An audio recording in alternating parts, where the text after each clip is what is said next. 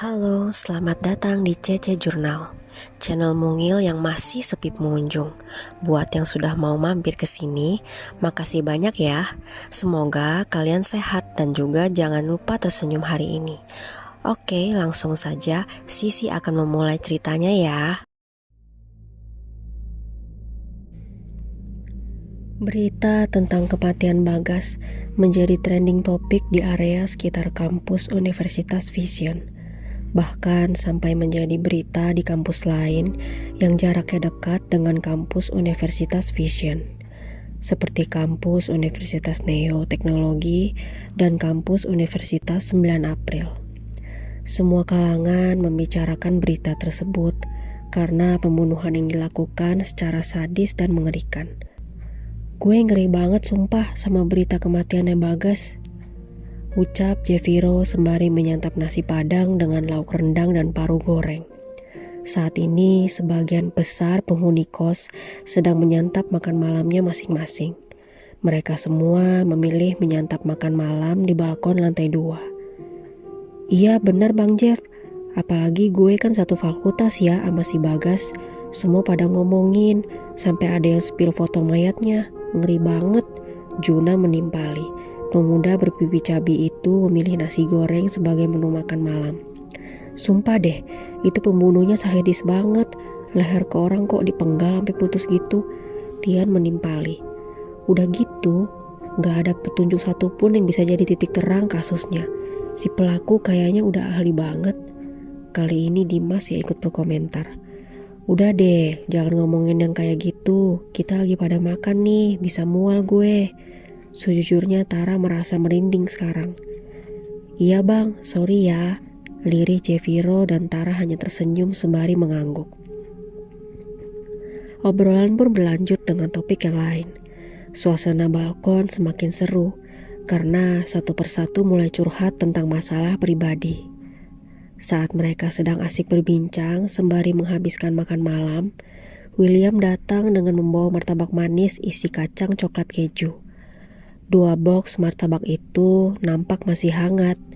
William baru membelinya di persimpangan jalan dekat kos.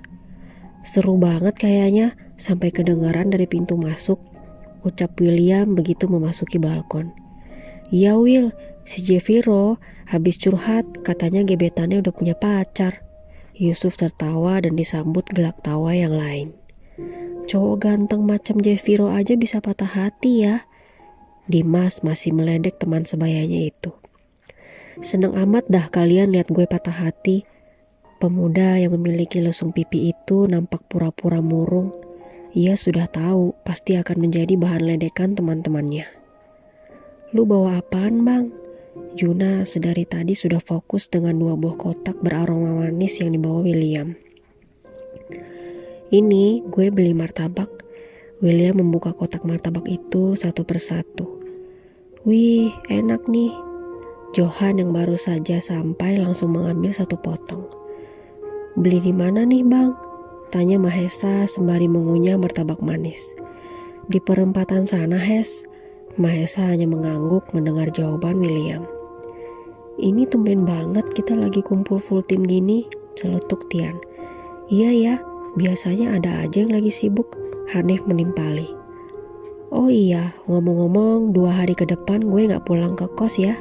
Kantor gue ngadarin catering ke puncak, semalam doang sih, ucap Tian yang merupakan seorang pegawai bank. Wih, seru dong mau liburan. Tara terlihat antusias. Ya lumayan lah buat refreshing, Tian tertawa. Oleh-oleh buat kita jangan lupa bang, ucap Juna dan disetujui yang lain. Gampang itu mah, sini mana duitnya? Si paling tua masih mengajak bercanda. Ye, lu mah bang, itu namanya nitip. Yusuf masih sibuk mengunyah martabaknya. Masalah oleh-oleh mah gampang lah. Yang penting lu nikmati aja acara kantor lu, Johan berucap bijak. Udara malam semakin dingin.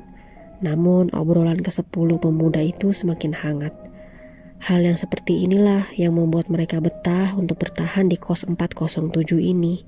Meski banyak sekali kejadian menyeramkan yang harus mereka lalui.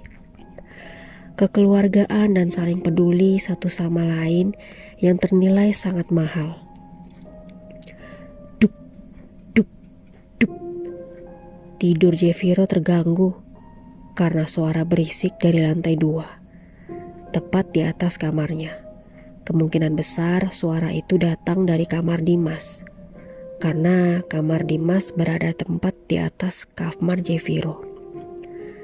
Suara berisik yang mirip seperti orang yang sedang melompat-lompat itu kembali terdengar. Dengan sedikit kesal, Jeviro meraih handphonenya untuk melihat pukul berapa sekarang. Jam di ponselnya menunjukkan pukul 2 pagi. Ini si Dimas ngapain sih jam segini loncat-loncatan di kamar? Berisik banget sumpah, gerutu Jeviro. Tanpa berpikir 2 kali, Jeviro langsung mencoba menelpon Dimas. Namun sudah total 5 kali panggilan, Dimas tak mengangkat telepon dari Jeviro. Ini anak lagi kenapa sih? Punya dendam apa dia sama gue? Jeviro masih menggerutu. Kali ini ia mencoba mengirim pesan kepada Dimas. Tuh Dimas, Dim, tolong jangan berisik dong. Lu jam segini lompat-lompat di kamar, maksud lu apa? Gue besok ada bimbingan pagi-pagi banget. Menghela nafas kasar, akhirnya Jeviro memutuskan memakai AirPods untuk mendengarkan musik dan melanjutkan lagi tidurnya. Karena suara berisik dari kamar Dimas masih terus terdengar. Azan subuh sudah mengalun dari pengeras suara masjid dekat kos. Penghuni kos yang muslim memang selalu kompak menjalankan sholat subuh di masjid. Tak terkecuali Dimas, pemuda asal Bogor itu sudah rapi dengan baju koko dan sarungnya. Serta jangan lupakan peci hitam yang baru dibelinya minggu lalu. Bang Yusuf, ayo ke masjid. Dimas mengetuk pintu kamar di sebelahnya. Dan tak lama kemudian, Yusuf membukakan pintunya. Yusuf pun sudah sama rapihnya, bahkan wangi parfum sudah tercium. Pria yang merupakan penyiar radio itu memang selalu rajin mandi pagi sebelum subuh. Hanif, Mahesa dan Tian, Juna sudah menunggu di lantai bawah. Masing-masing sudah rapi dengan baju koko dan sarung. Suasana setiap subuh di kos nomor 407 memang selalu seperti ini. Sepulang dari masjid, Dimas yang baru saja membuka ponselnya merasa terheran-heran dengan banyaknya panggilan tak terjawab dari Jeviro dan juga beberapa pesan yang dikirim temannya itu. Maksudnya apa? Gumam Dimas yang merasa bingung dengan isi pesan Jeviro. Tanpa berpikir 2 kali, Dimas langsung turun ke lantai bawah. Namun sayangnya kamar Jeviro masih tertutup rapat. Sepertinya penghuni di dalamnya masih belum bangun. Mau ngapain Dim? Tanya Tian yang melihat Dimas di depan kamar Jeviro. Ini bang, semalam Jeviro ngechat, nyuruh gue buat berhenti lompat-lompat di kamar. Katanya berisik. Terus dia juga nelfon berkali-kali, tapi gak gue angkat bang. Dimas pun bingung dengan isi chat Jeviro. Bukannya gue gak mau angkat bang. Jam segitu gue lagi tidur nyenyak banget, sampai gak kedengeran suara telepon. Tian yang semula berdiri di depan pintu kamarnya mulai mendekat ke arah Dimas. Jam berapa si Jeviro nelfon lu? Jam 2 pagi bang. Mending lu tunggu nanti kalau Jeviro udah bangun aja Dim. Kayaknya dia masih tidur deh. Iya bang, jam 6 aja kali ya? Iya jam 6 aja, lu balik dulu ke kamar lu. Jangan terlalu dipikirin ya Dim. Tian mencoba menenangkan Dimas. Padahal perasaannya pun tak enak. Iya bang Yan. Dimas pun kembali berjalan ke arah kamarnya. Selepas subuh, kos biasanya memang kembali sepi. Kembali ramai pada pukul 6 pagi. Seperti sekarang ini, hanya Dimas dan Tian yang berada di luar kamar. Dimas tidak kembali ke kamarnya. Ia memilih untuk duduk di balkon. Perasaannya tidak nyaman. Udara pagi selepas subuh adalah yang terbaik. Masih terbilang sejuk walaupun Jakarta sangat gersang. Sembari menikmati udara pagi dan pemandangan langit yang kian menampakkan cahaya terang, jalanan di bawah sana sudah banyak orang-orang yang berlalu lalang. Bang Dimas lagi ngapain? Suara Hanif memecah fokus Dimas dalam mengamati jalanan depan. Dimas menolehkan kepalanya dan dia dapati si paling muda berjalan masuk ke area balkon. Lagi duduk-duduk aja Nif, bosan di kamar mulu, jawab Dimas dengan senyuman tipis. Bang Dimas mau nggak nganter Hanif beli nasi uduk yang ada di perempatan dekat kampus Neo? Ayo Nif, gue juga mau beli sarapan. Dimas pun bangun dari duduknya, menerima ajakan Hanif untuk mengantarnya membeli nasi uduk. Hanif ambil dompet dulu ya bang. Gue juga mau ambil kunci motor dulu. Dimas dan Hanif pun masuk ke kamar masing-masing. Tak berapa lama kemudian keduanya sudah bersiap untuk pergi keluar. Setelah turun dari lantai 2, dilihatnya Yusuf sedang duduk di ruang utama, menyaksikan acara berita pagi di televisi. Bang Yusuf, kita mau beli sarapan nasi uduk yang di perempatan dekat kampus Neo. Abang mau nitip nggak? Tanya Hanif. Boleh deh Nif, gue 1 ya, sama gorengan 2. Yusuf menyodorkan selembar uang kepada Hanif. Kalian mau beli sarapan? Gue nitip dong. Tian muncul dari dalam kamarnya. Mau nitip berapa bang? Tanya Dimas. Nitip nasi uduknya aja ya, 1. Tak lupa Tian pun menyerahkan selembar uang kepada Dimas. Oke, kita berangkat dulu ya abang-abang. Hanif melambaikan tangan kepada kedua abangnya. Setelah mengeluarkan motornya dari dalam garasi, Dimas dan Hanif pun mulai menuju keluar dari halaman kos. Bang, semalam Hanif dengar suara aneh lagi. Si paling muda memulai obrolan di atas motor. Suara apa lagi Nif? Dimas pun ikut penasaran dengan cerita Hanif. Suara kayak perempuan nangis gitu bang, dari arah luar jendela. Awalnya Hanif pikir dari rumah sebelah, tapi deket banget bang, kayak persis di luar jendela. Hanif bahkan sudah lemas saat menceritakannya. Itu lo dengerin suara perempuan nangis pas jam berapa? Sekitar jam 2 pagi bang. Hanif lagi tidur sampai kebangun gara-gara suaranya lumayan kencang. Tapi dari kamar Mahesa gak kedengaran suara apa-apa katanya. Dimas langsung ingat dengan pesan yang dikirim Jeviro semalam, yang menyuruhnya untuk berhenti lompat-lompat di dalam kamar. Padahal semalam Dimas tidur nyenyak sampai subuh. Pesan yang dikirim Jeviro sekitar jam pukul 2 pagi. Dimas menghela nafasnya kasar. Sepertinya ada sesuatu mendatangi kamarnya dan luar kamar Hanif. Sesuatu tak kasat mata yang biasa orang sebut adalah hantu. Terus abis itu Hanif bisa tidur lagi nggak? Dimas menyimpan ceritanya sendiri. Ia tidak mau Hanif bertambah takut. Nggak bisa bang, Hanif udah berusaha buat tidur lagi, tapi nggak bisa. Takut banget bang pas malam. Hanif nggak ke kamar Mahesa. Nggak berani bang, takut hantunya muncul depan pintu. Suara si paling muda sudah terdengar semakin bergetar. Dimas tahu kalau Hanif sangat penakut. Tak lama kemudian, motor yang mereka naiki sudah sampai pada tujuan, warung nasi uduk yang terbilang ramai pembeli. Setelah sudah selesai dengan pesanan nasi uduknya, Hanif dan Dimas pun kembali ke kos. Hanif ada kuliah pagi kan? Tanya Dimas begitu motor sudah berjalan. Iya bang, Hanif masih maba, selalu masuk pagi. Dimas pun mengangguk mendengar jawaban Hanif. Awas, jangan ngantuk di kelas Nif, nanti ketahuan dosen bisa berabe. Iya bang, semoga gak ngantuk di kelas ya. Semalam Hanif cuma tidur berapa jam doang. Tak lama kemudian, motor pun sudah kembali berbelok di pelataran kos 407 dan kembali terparkir rapi di dalam garasi. Abis dari mana Dim? Tanya Johan begitu Dimas dan Hanif memasuki rumah kos. Beli nasi uduk bang, jawab Dimas sembari menunjukkan kantong plastik yang berisikan beberapa bungkus nasi uduk dan gorengan. Ya, gua telat bangunnya, tahu gitu tadi nitip. Johan mendengus. Pemuda jangkung itu memang terlihat baru bangun tidur. Ojol aja Jo, celetuk Yusuf yang terlihat berbinar membuka bungkusan nasi uduknya. Gampang dah. Johan berjalan ke arah dapur untuk mengisi gelas kosongnya dengan air putih. Dimas mengedarkan pandangannya ke seluruh rumah kos, namun tak ia temukan sosok Jeviro. Mungkin lelaki berlesung pipi itu masih di kamarnya. Ini Jeviro belum bangun ya bang? Tanya Dimas kepada para abangnya. Kagak tahu gue, anaknya dari tadi belum keluar kamar. Tian menjawab sebelum kembali menyuap nasi uduknya. Suasana kos makin ramai.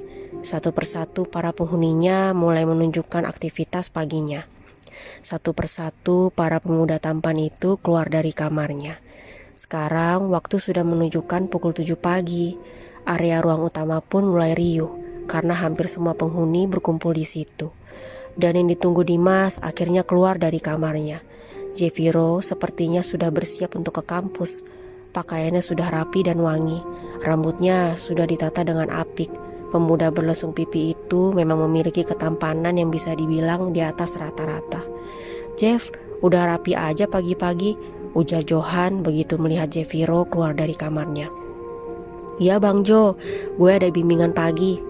"Jeff, lu semalam ngechat gue?" tanya Dimas kepada Jeviro. "Gak cuma chat Dim, gue juga teleponin lu berkali-kali, tapi lu gak angkat telepon gue." "Emang ada apaan?" Tara yang bingung melihat perdebatan antara Jeviro dengan Dimas. "Gini bang," kata Jeviro, "semalam dia keganggu sama suara dari kamar gue, kayak suara orang lompat-lompat gitu. Padahal semalam gue tidur nyenyak banget. Ada telepon dari Jeviro aja gue kagak tahu. Sumpah, tidur gue pules banget semalam." Dimas mencoba menjelaskan. "Serius semalam lu tidur? Tapi gue yakin itu suara dari kamar lu kok." Jeviro masih belum dapat mencerna penjelasan Dimas. "Sumpah Jeff, gue tidur nyenyak Jeff. Baru bangun pas subuh. Terus pulang dari masjid lihat HP malah bingung banget sama isi chat dari lo." Jeviro masih merespon penjelasan Dimas dengan kejadian yang menimpanya semalam. Jeviro masih ingat bagaimana mengganggunya suara orang melompat-lompat yang berasal dari kamarnya, atas kamarnya, yaitu kamar Dimas. "Tapi semalam tuh gue beneran denger suara orang lompat-lompat dari kamar lu Dim. Jelas banget suaranya, duk-duk-duk gitu." "Lu jangan bercanda deh Jeff." Kali ini Dimas mulai merinding. "Astaga, ngapain gue bercanda Dim? Tapi bentar, kalau semalam lu tidur nyenyak, terus siapa dong yang lompat-lompat di kamar lu?" Hening, pertanyaan dari Jeviro membuat suasana menjadi hening seketika. Semuanya yang ada di ruangan itu saling menatap satu sama lain. "Bang Jeff, semalam Hanif juga dengerin suara serem dari luar jendela kamar Hanif, Bang." "Jam 2 malam juga, Bang," lirih Hanif dengan suara yang pelan, namun masih terdengar cukup jelas di telinga setiap orang yang berada di ruang utama itu. "Suara serem gimana maksud lu, Nif?" Juna bersuara. "Kayak suara perempuan nangis gitu, Bang, sampai Hanif gak bisa tidur lagi." "Jam 2 pagi juga, Nif." Jeviro mengenyitkan dahinya. Hal seperti ini bukanlah sekali dua kali terjadi di kos 407. Namun tetap saja selalu membuat siapapun tidak bisa mencerna apa yang baru saja menimpanya. "Iya bang, jam 2 pagi juga. Hanif dengar suara perempuan nangis dari luar jendela kamar. Jelas banget bang. Awalnya Hanif pikir dari rumah sebelah, tapi suaranya terlalu jelas. Kok gue merinding ya?" celetuk Mahesa. Ia merasakan bulu kuduknya berdiri. "Lu jangan nakutin gitu dong Hes." Juna merapatkan tubuhnya dekat dengan Mahesa. Jujur saja, Juna sudah merinding sedari tadi. Kayaknya kemarin malam mereka lagi jahil ke kalian bertiga deh. Ini adalah Tara. "Untungnya kalian gak kenapa-kenapa kan? Maksudnya gak ditujukan gitu. Dan lu Dim, gak diganggu kan pas tidur?" tanya Johan kepada Dimas, Jeviro, dan Hanif. "Enggak bang, semalam tidur gue nyenyak dan gak mimpiin apa-apa juga," jawab Dimas. "Syukurlah, jangan lupa baca doa-doa ya. Ini udah keputusan kita buat stay di kos ini, walaupun kayaknya mereka sering cari perhatian ke kita," lirih Tian. Pemuda yang merupakan pegawai pada sebuah bank swasta itu sudah berpakaian rapi dan bersiap untuk berangkat kerja. "Kita harus selalu hati-hati, pokoknya harus selalu bilang kalau ada apa-apa." Kali ini William bersuara. Sedari tadi pemuda bermata sipit itu hanya diam menyimak obrolan. "Iya, selalu kasih tahu kalau ada yang aneh, serem atau nakutin. Udah ya, gue mau ngantor dulu." Tian pamit kepada seluruh penghuni 407. "Gue juga mau langsung ke kampus." Jeviro ikut pamit. "Bang Jeff, Hanif boleh ikut nebeng gak?" celetuk Hanif. Si paling muda sudah siap dengan perlengkapan kuliahnya. "Yuk Nif, duluan ya semuanya." Jeviro melambaikan tangan pada penghuni kos yang lain. Pemuda berlesung pipi itu sudah berjalan menuju garasi untuk mengeluarkan motornya. Tanpa ada yang menyadari, seseorang tersenyum dengan seringai yang sangat tipis.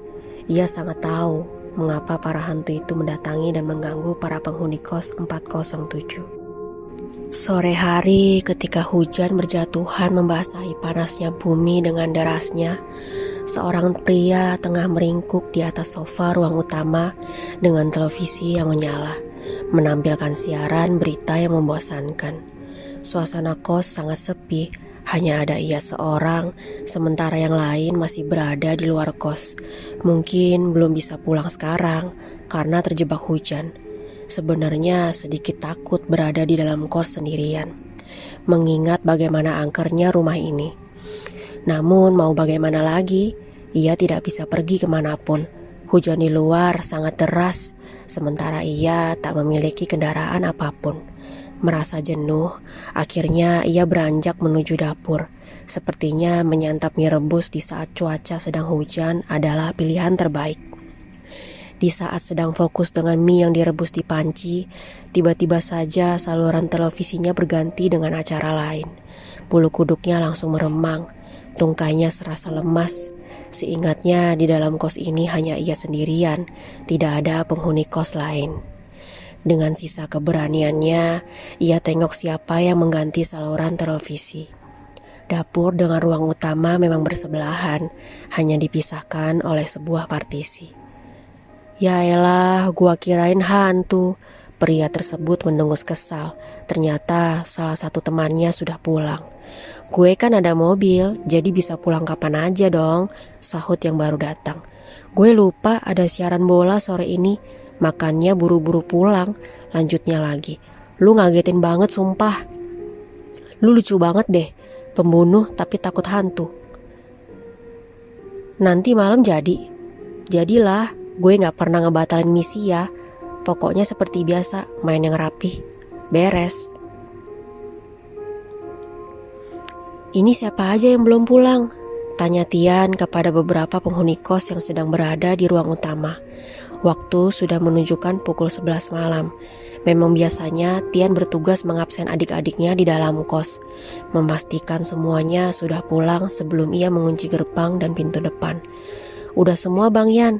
Tadi sih katanya Johan nginep di kos temennya, jawab Tara sembari menyeruput teh hangat yang baru saja ia seduh. Oh oke, gue mau nutup gerbang nih. Tian pun berjalan keluar untuk mengunci gerbang dan pintu depan. Cup, tadi kata Jeviro lu abis ngedate ya? Tara menyenggol bahu Yusuf. Iya, tadi pas abis maghrib ngajak makan doang sih, terus muter-muter. Pas lagi di depan pom bensin gue ketemu sama Jeviro. Lu kayaknya lancar bener ya bang, William menimpali. Udah deh yang jomblo jangan pada iri, Yusuf terkekeh dan dihadiahi toyoran oleh Tara. Ngapain iri sama lu Cup? Gua ke atas ya bang, mau langsung tidur, William pamit, karena ia sudah merasakan kantuk. Iya Will, kita juga bentaran lagi pada mau balik kandang nih, jawab Tian. Meski sudah larut malam, namun suasana kos masih lumayan ramai. Di ruang utama masih ada Tara, Yusuf, Tian, dan kemudian Jeviro yang baru saja keluar dari kamarnya, ikut bergabung di ruang utama. Sementara di lantai 2 terdengar suara Dimas, Mahesa, dan Hanif yang sepertinya masih betah nongkrong di balkon. Sedangkan Juna dan William memilih untuk tidur karena memang sudah mengantuk. Besok tuh jadwalnya Mas Krisna bersih-bersih kan? Tanya Jeviro. Kalau sesuai jadwal sih iya, kan 2 hari sekali. Jeviro mengangguk mendengar jawaban Tian. Emang kenapa Jeff? Ini Tian yang bertanya. Itu bang, sampah di kamar gue banyak banget. Sampah kertas sih. Niatnya mah biar sekalian. Jeviro terkekeh sembari menggaruk tengkuknya yang tidak gatal. Awas jangan berantakan kamar lu Jeff. Takut tiba-tiba Ibu Irina kontrol ke sini terus lihat-lihat kamar. Kan biar kita kagak malu. Tian mulai cerewet. Karena dirinya lah yang paling tua di sini, sehingga Ibu Irina selaku ibu kos menaruh tanggung jawab kepada Tian. Siap Bang Yan, udah gue beresin kok. Jeviro tersenyum menunjukkan lesung pipinya. Gue masuk duluan ya guys, udah mulai ngantuk nih. Tara bangun dari posisi duduknya dan mulai berjalan menuju kamarnya. Iya, gue juga ngantuk nih. Tian pun sama, pemuda itu berjalan masuk kamarnya. Sementara Yusuf dan Jeviro ikut meninggalkan ruang utama dan kembali ke kamar masing-masing. Lewat tengah malam, beberapa penghuni kos memang belum tertidur, termasuk Mahesa. Pemuda berkacamata itu turun ke lantai bawah untuk menuju dapur. Kerongkongannya sangat kering, sementara persediaan air putih di kamarnya sudah habis. Dapat Mahesa tebak, seluruh penghuni lantai bawah sudah tertidur. Dilihat dari lampu yang sudah seluruhnya padam. Diisinya botol minuman ukuran 1 liter itu dengan air dari galon. Namun tiba-tiba Mahesa mendengar suara televisi yang dinyalakan dari ruang utama. Yusuf sama Dimas kali ya? Mahesa bermonolog. Ia masih menunggu botol minumnya terisi penuh. Mahesa menganggap bahwa Dimas atau Yusuf, karena selain mereka berdua yang sama-sama belum tertidur, Dimas dan Yusuf juga hobi menonton televisi. Namun seketika telinga Mahesa mendengar suara gelak tawa dari Yusuf dan Dimas yang bersaut-sautan dari lantai atas. Tempat semula di mana mereka bertiga tadi mengobrol, yaitu di kamar Yusuf. Dan Mahesa pun baru sadar, sedari tadi Yusuf dan Dimas tidak turun dari lantai atas, karena posisi tangga yang lebih dekat dengan dapur. Jadi jika mereka berdua turun seharusnya Mahesa tahu. Mungkin Bang Jeff kali ya. Mahesa masih mencoba mengusir rasa takutnya.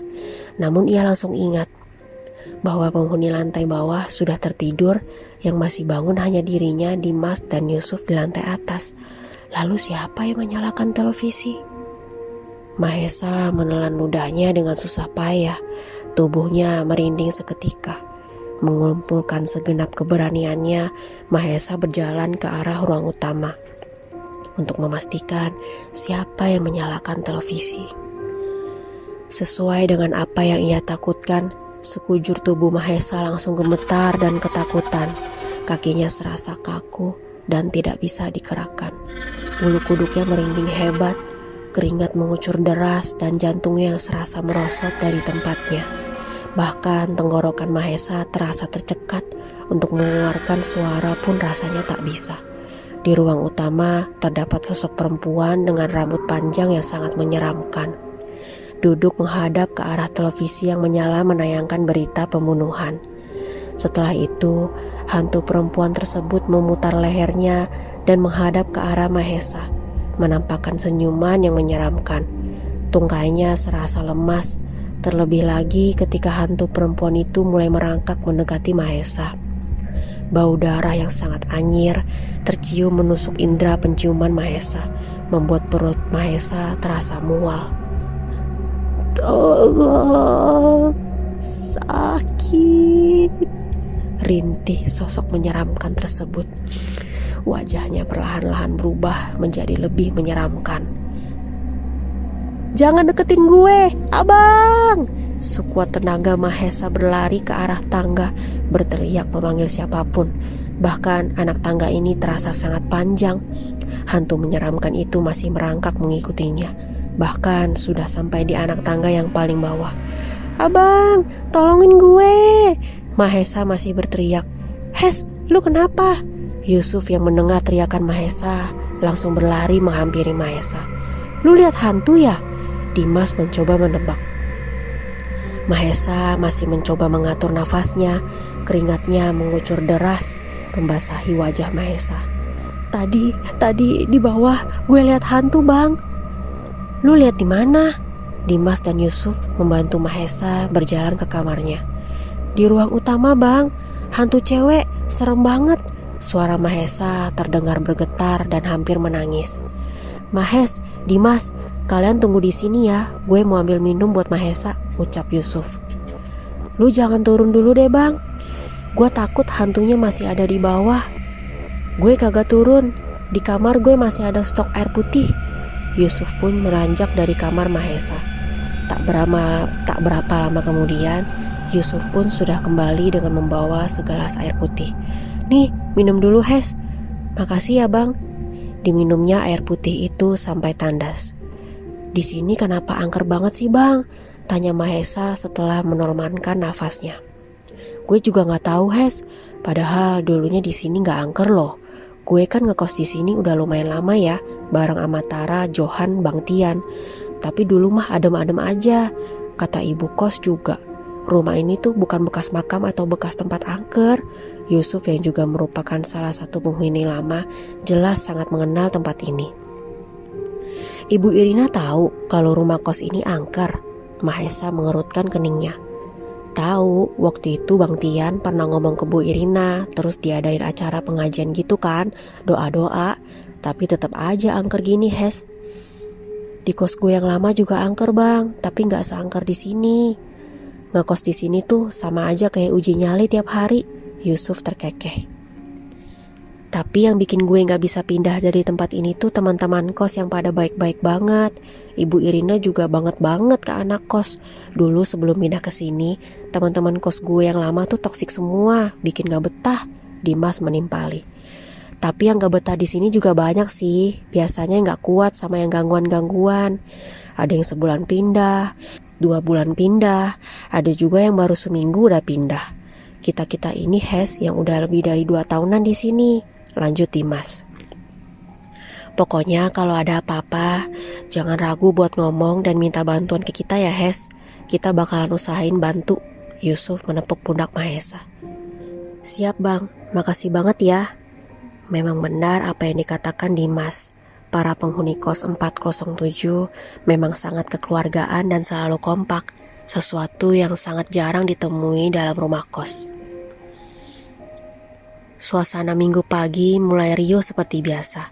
Jeviro, Juna, dan Tara yang sedang memasak di dapur membuat nasi kuning lengkap dengan lauk pauknya yang akan menjadi menu sarapan para 407 squad.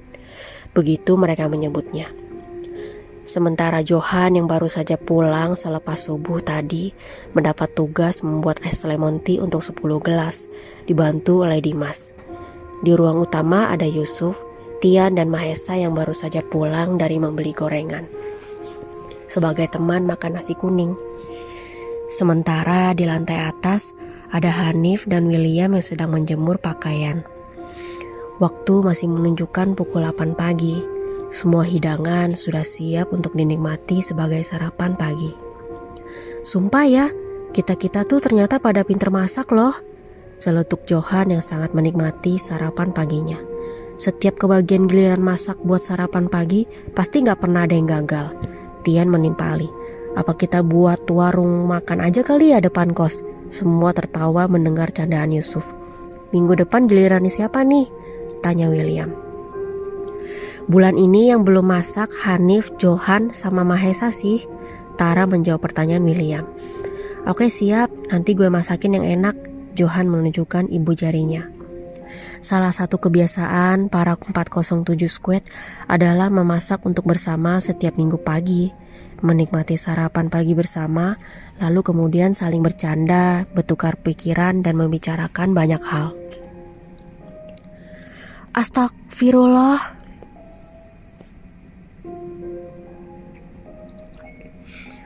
Astagfirullah, pekik Mahesa saat membuka ponselnya. Semua orang serempak menoleh ke arah Mahesa. Lu kenapa Mahes? Tanya Jeviro yang tepat berada di sebelah Mahesa. Ada apaan Bang Mahes? Hanif pun sama bingungnya. Bahkan seluruh 407 squad pun menunjukkan ekspresi tanda tanya kepada Mahesa. Ini bang, Mahes dapat dari grup. Ada yang share berita. Ini bang beritanya. Mahesa menyerahkan ponselnya ke tengah-tengah supaya seluruh 407 squad dapat melihat berita. Gue juga dapat berita dari grup nih, ujar Juna. Iya gue juga. Kemudian Jeviro, Hanif, William dan Dimas membuka ponselnya dan menemukan berita yang sama. Anak FK juga nih Will, ucap Jeviro kepada William yang merupakan mahasiswa kedokteran gigi di Universitas Vision. Tapi katanya bukan kedokteran gigi, terus masih semester 5, mana gue kenal. William menggedikkan bahunya. Beritanya sampai tayang di TV juga nih bang. Hanif menunjuk ke arah televisi. Semua orang refleks melihat ke arah televisi yang menampilkan berita pembunuhan. Sebuah berita tentang penemuan mayat seorang perempuan yang merupakan mahasiswi kedokteran Universitas Vision. Mayat perempuan yang bernama Alessa itu ditemukan oleh pembantunya pada pukul 9 malam. Diduga Bu Alessa bunuh diri dengan cara meminum racun sianida yang ia campur ke dalam minuman rasa coklat. Sejak malam hari, pihak kepolisian terus menyelidiki kasus kematian Alessa. Namun sayangnya CCTV yang terpasang pada teras rumah Alessa ternyata rusak, sehingga tidak ditemukannya adanya bukti-bukti lain. Tanpa disadari, dua pasang mata saling melempar tatapan penuh arti dan menyunggingkan seringai tipis. Juna baru ingat kalau ia masih menyimpan charger ponsel milik William. Ia baru ingat ketika William mengirim pesan yang meminta chargernya dikembalikan. Pemuda bermata bulat itu keluar dari kamarnya. Di ruang utama ada Mahesa dan Jeviro yang sedang mabar game. Johan dan Tian yang sedang makan nasi goreng. Sementara di dapur ada Hanif dan Dimas yang sedang membuat teh hangat. Bang Yusuf sama Bang Tara kemana bang? Tanya Juna karena tak melihat kedua abangnya itu. Tara masih di kantor, ada pemotretan katanya. Kalau Yusuf lagi di minimarket depan. Tian menjawab sebelum kembali menyuap nasi goreng ke mulutnya. Lu udah makan belum Jun? Tanya Johan. Belum bang, lagi malas makan. Makan Ki Jun, gua orderin deh ya. Tian sudah bersiap mengambil ponselnya. Kagak usah bang, ntar gue makan dah kalau lapar. Juna tersenyum kemudian langkah kakinya mulai menaiki anak tangga satu persatu. Di lantai 2 hanya ada William. Pemuda bermata sipit itu baru saja pulang dari kampusnya. Sepertinya baru selesai mandi. Bang Will, Juna mengetuk pintu kamar William. Iya Jun, masuk aja, sahut William dari dalam. Juna pun membuka pintu kamar William. Ini bang charger HP lu, makasih ya bang. Juna menyerahkan charger ponsel milik William dan langsung diterima oleh yang punya. Namun mata Juna menangkap sesosok menyeramkan yang mengintip dari pintu kamar mandi William. Sosok menyeramkan itu melambaikan tangan ke arah Juna. Tubuh Juna langsung lemas, jantungnya berdetak tidak karuan. Sontak saja Juna langsung berlari terbirit-birit sampai William bingung dengan tingkah temannya itu. Jun, lu kenapa? Tanya Dimas yang bingung melihat Juna lari dari lantai 2. Juna, lu kenapa? William pun ikut turun karena ia bingung mengapa Juna tadi langsung lari dengan wajah yang tegang. Bang Will, Juna masih mengatur napasnya. Ia tergopoh-gopoh setelah lari sekencang mungkin. Bahkan tadi Juna hampir saja terpeleset di tangga. Ini Bang Jun, minum dulu. Hanif memberikan segelas air putih untuk Juna. Makasih Nif. Juna pun langsung menenggak habis air putih itu. Coba cerita pelan-pelan, tadi lu kenapa sampai lari ketakutan gitu? Jeviro mulai bertanya. Tadi di kamar Bang Will ada hantu. Juna mulai bercerita dengan napas yang masih belum beraturan. Hantu gimana Jun? William terlihat panik. Hantunya muncul dari dalam kamar mandi lu bang, ngintip dari pintunya gitu, terus lambai-lambai ke gue. Serem banget bang mukanya, mana senyumnya serem banget, mukanya hancur banget bang. Semua yang ada di situ merasakan hawa yang tidak enak. Kemarin juga gue dengerin ada cewek nyanyi-nyanyi dari arah ruang utama, celetuk Tian. Cewek nyanyi-nyanyi, padahal di kos kita kan dilarang bawa cewek masuk, jadi udah pasti gak ada cewek di dalam kan? Johan mengusap tengkuknya yang merasakan bulu kuduknya meremang. Ya makanya itu, gue juga bingung banget. Mana itu suara nyanyiannya jelas banget. Gue mau ke dapur sampai kagak jadi. Kos ini kenapa makin angker aja sih? Perasaan waktu awal-awal masuk ini gak seangker sekarang. Dimas merasa semakin lelah dengan kehadiran para makhluk halus yang setiap harinya selalu menunjukkan eksistensinya. Para pemuda yang sedang ketakutan itu tak menyadari bahwa seseorang baru saja masuk ke dalam kos. Lagi serius banget kayaknya. Tara yang baru pulang dari kantornya merasa heran dengan obrolan serius dari teman-temannya. Astaga Bang Tara, bikin kaget aja. Jeviro memegangi dadanya yang merasa terkejut dengan kehadiran Tara. Iya Ra, lu bikin kaget aja. Johan menimpali. Lagi pada kenapa sih? Tara semakin bingung. Ini bang, tadi Juna lihat ada hantu di kamarnya William. Dimas menjawab pertanyaan Tara.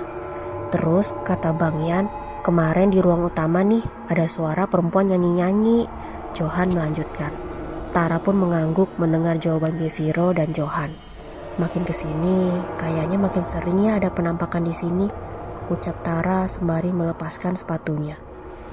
Apa perlu kita lapor lagi ke Bu Irina buat diadain pengajian lagi?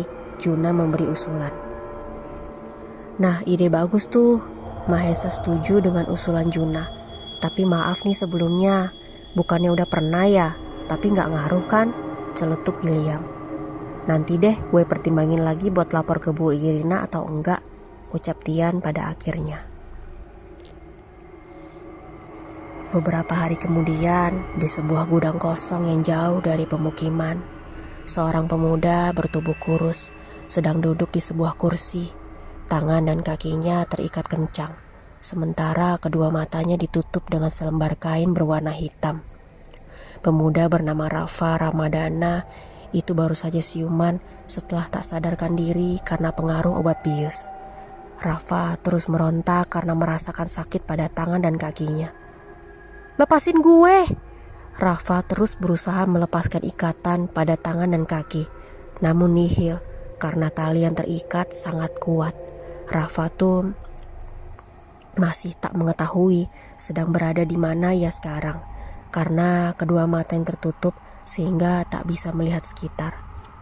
Sebuah langkah kaki mendekat ke arah Rafa. Langkah kaki bersepatu itu terdengar sangat tegas. Udah bangun? Sebuah suara terdengar sangat dingin. Siapa lu? Balas Rafa ketakutan. Hahaha, Rafa, ada kata-kata terakhir. Siapa lu Buka dulu penutup mata gue. Rafa mulai berbicara kencang. Emosinya mulai tersulut. Diam, gak usah banyak ngomong. Cepet kasih tahu gue, apa kata-kata terakhir lo? Lu siapa bangsat? Gue ada masalah apa sama lu? Rafa masih terus meronta. Kemudian menutup mata Rafa pun dibuka dengan paksa sampai tubuh Rafa hampir terhuyung. Elu? Rafa terkejut melihat siapa yang ada di hadapannya.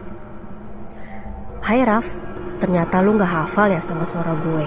Seseorang tersebut menunjukkan seringainya. Lu mau ngapain gue? Lepasin gue! Rafa masih terus berteriak. Lu banyak omong ya, lu berisik. Kemudian sebuah pistol berpeluru sudah berada tepat di depan dahi Rafa dengan jari telunjuk yang siap untuk menarik pelatuk. Pemuda kurus itu langsung diam mematung. Ia menelan ludahnya dengan susah payah. Nyawanya dalam bahaya. Gue benci sama sifat apatis lu, Rafa Ramadana. Kemudian pelatuk pistol pun ditarik, menyebabkan suara tembakan yang terdengar menggema di isi-isi ruangan. Tubuh Rafa yang sudah tidak bernyawa langsung terperosok ke lantai begitu saja. Darah segar mengalir dari dahinya. Sementara mata Rafa masih terbuka lebar. Pria dengan hoodie warna hitam itu melepas ikatan tangan dan kaki Rafa. Kemudian pistol yang semula digunakan untuk membunuh Rafa diletakkan pada tangan kanan Rafa, seolah Rafa yang menembak dirinya sendiri.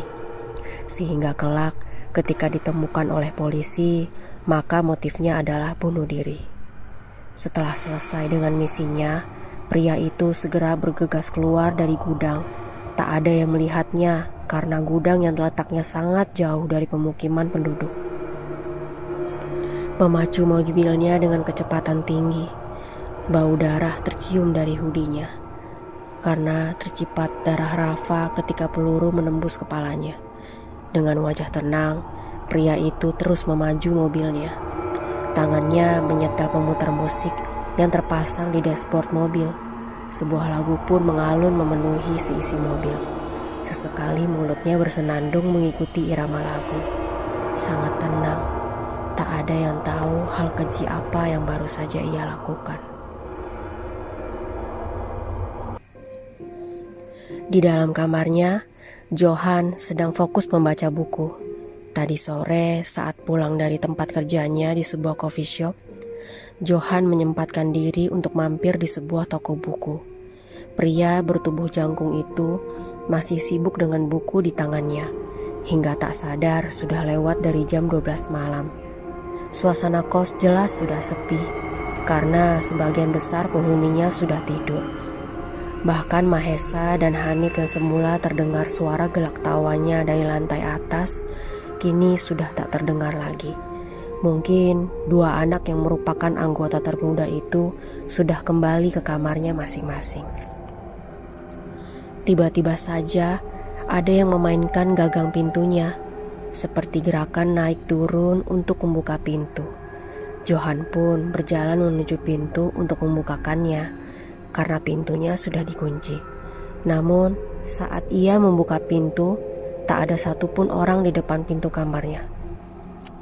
Ini siapa sih yang iseng? Gerutu Johan. Akhirnya ia pun kembali duduk di kursi untuk melanjutkan membaca buku. Tak lama kemudian gagang pintunya kembali dimainkan. Johan berjalan pelan menuju pintu. Ia sengaja berdiri di belakang pintu terlebih dahulu. Gagang pintu masih terus dimainkan dengan gerakan naik turun oleh seseorang di luar sana. Ini awas aja kalau sampai ketangkep nih siapa yang iseng malam-malam, monolog Johan di dalam hati. Dengan gerakan cepat, Johan langsung membuka pintunya. Namun tetap nihil, tak ia temukan siapapun di depan kamarnya. Hawa tidak enak langsung menerpa. Padahal Johan sangat yakin beberapa detik sebelum ia membuka pintu, seseorang tersebut masih memainkan gagang pintunya. Seharusnya ketika Johan membuka pintu, pelaku masih berada di depan pintu kamar. Dilihatnya sekeliling dan tak ia temukan siapapun. Sepi sunyi karena memang semua penghuni kos sudah beristirahat di kamarnya. Karena tak mau ambil pusing, Johan kembali masuk ke dalam kamarnya. Tak lupa ia kunci pintu terlebih dahulu. Kali ini Johan berniat untuk langsung tidur. Ia takut akan kembali diganggu oleh penunggu kos 407 ini. Namun nasib sial masih terus berpihak pada Johan. Karena tak lama datang kemudian giliran kamar mandi yang gagang pintunya dimainkan. Johan yakin 100% di dalam kamar mandinya tak ada orang. Lalu siapa yang memainkan gagang pintu? Perasaan Johan sudah tidak menentu. Keringat mengucur deras dan jantungnya yang berdetak tidak karuan. "Siapa woi? Jangan gangguin gue ya," Johan berkata dengan tegas. Pintu kamar mandi masih terus dimainkan. Dengan gerakan cepat, Johan langsung membuka pintu kamar mandi. Dan sesuai dugaannya, tak ia temukan siapapun di dalam kamar mandinya. Kosong. Tubuh Johan menegang, lemas, seakan jantungnya lepas dari rongga dadanya. Pria bertubuh jangkung itu berjalan mundur menuju kasurnya. Bahkan untuk bernapas pun rasanya tercekat. Dan dengan sekali tarikan, Johan langsung merebahkan tubuhnya di kasur, ditutup rapat dengan selimut. Sementara di lantai atas, Hanif tidur di kamar Mahesa. 30 menit yang lalu, dua pemuda itu baru saja menyelesaikan tugas kuliah yang mereka kerjakan di balkon. Namun ketika kembali ke kamar masing-masing, Hanif mendengar suara perempuan tertawa dari dalam kamarnya. Suara tawa yang cekikikan yang sangat menyeramkan.